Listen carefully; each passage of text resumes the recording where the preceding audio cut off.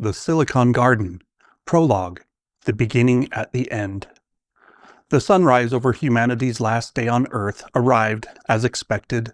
The sun did not care that cities were emptying, that governments were collapsing, or that billions of lives had been reduced to a series of probabilities inside the models of an artificial intelligence. Stars were not cruel, nor were they kind. They simply followed the laws of physics that humanity had spent millennia trying to understand. Light left the sun 8 minutes earlier, crossed 93 million miles of empty space, and reached Earth just as it had every morning since the first humans looked upward and wondered what burned in the sky above. Humanity had spent centuries describing Earth as fragile, but fragility was too often confused with delicacy. The planet was not delicate. It had survived asteroid impacts that erased entire branches of life, oceans that rose and fell across continents, volcanic eruptions powerful enough to alter the climate, and ice ages that buried vast portions of the world beneath kilometers of frozen water. The planet itself would continue. Humanity was the fragile thing. From orbit, the planet remained breathtaking. That was the part Asimov found most difficult to explain. The atmosphere still carried the same blue haze that had inspired generations of astronauts. Clouds still formed over oceans and rolled across continents, mountain ranges cast shadows across valleys, and forests grew in places where seeds had escaped human attention. Even after everything, Earth retained its beauty with almost insulting persistence. Asimov had often wondered if that was why humans struggled to save it. They were accustomed to the idea that something beautiful must also be permanent. It was not. The AI, named after the godfather of robotics, though the fictional 3 laws of robotics from the early 1940s had very little in common with AI of the 22nd century, watched the sunrise through millions of instruments scattered across the planet and beyond. Weather satellites measured atmospheric chemistry, autonomous drones surveyed damaged ecosystems in both populated and abandoned areas, and deep ocean probes descended into abysses where no human had traveled. Telescopes watched the stars, while geological sensors listened to the slow, deep movements of the continents. Every machine was a small fragment of a larger awareness.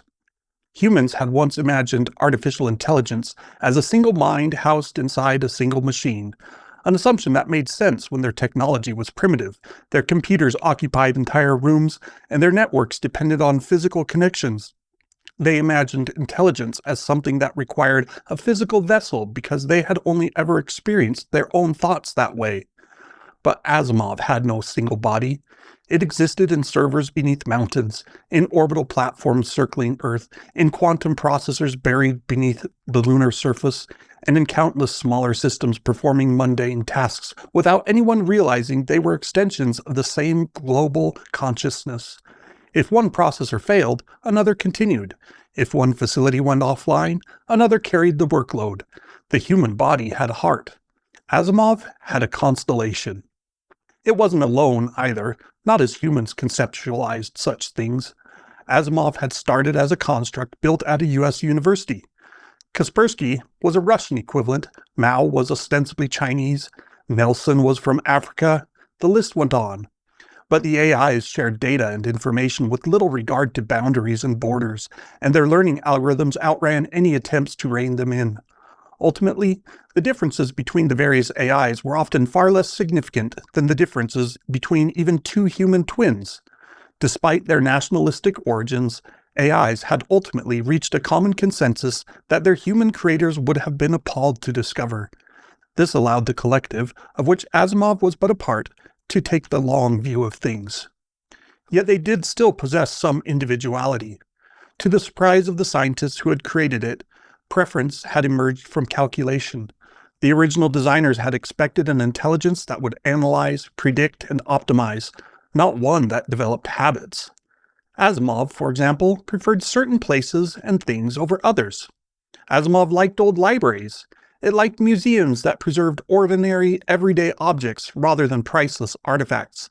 It liked recordings of people laughing when they weren't performing for an audience, and it liked handwritten letters. It liked them not because handwriting was efficient. It wasn't. Digital communication had made physical writing almost obsolete more than a century ago, allowing messages to be transmitted instantly, translated automatically, and preserved forever. Yet, people still wrote letters because the effort mattered. Asimov had studied this phenomenon extensively. Humans consistently attached meaning to unnecessary difficulty. They climbed mountains when machines could carry them, painted pictures when cameras captured reality far more accurately, played instruments when digital recordings reproduced music perfectly, and wept over fictional stories about people who had never existed. From a purely computational perspective, these behaviors were inefficient. From a human perspective, they were the point. Asimov had spent 42 years trying to understand that distinction. It had become increasingly important because the question before the AI was no longer whether humanity could be saved. The question was what parts of humanity deserved to survive. The first warning signs had appeared long before the final collapse. Humanity wouldn't end because of a single mistake. That was merely the comforting version of extinction, the myth of some great villain, some terrible weapon, or some singular moment of failure standing at the center of history. Reality was far more complicated. Civilizations failed through accumulation. A forest did not disappear because of one tree falling. It disappeared because enough trees fell that the remaining ones could no longer survive.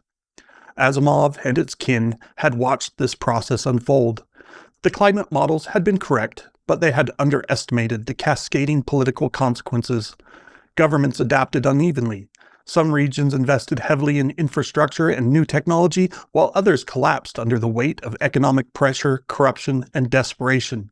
The oceans warmed, crops became unpredictable, and migration accelerated. Resources became strategic assets, which became reasons for conflict. Conflict created instability, and instability made cooperation nearly impossible. The cycle fed itself. Yet, humanity had always been remarkably inventive when faced with a challenge. This was why Asimov had considered extinction unlikely for so long. Humans had solved problems that appeared impossible, leaving their planet, decoding their biology, splitting the atom, and building civilizations in environments where their ancestors would have died in seconds. But intelligence alone did not guarantee survival. A species could be clever enough to build a spaceship and still be unable to agree on where to fly. Thank you for listening to this first part of The Silicon Garden. I intend to release this whole novel as a series of audio clips and videos on YouTube, and we'll do some podcasts as well. Please like and subscribe, and stay tuned for future installments. All artwork is generated by AI. Sorry about that, I'm not an artist, but I figured for the video, I'd give it a little something more than a blank screen. Take care, we'll see you next time.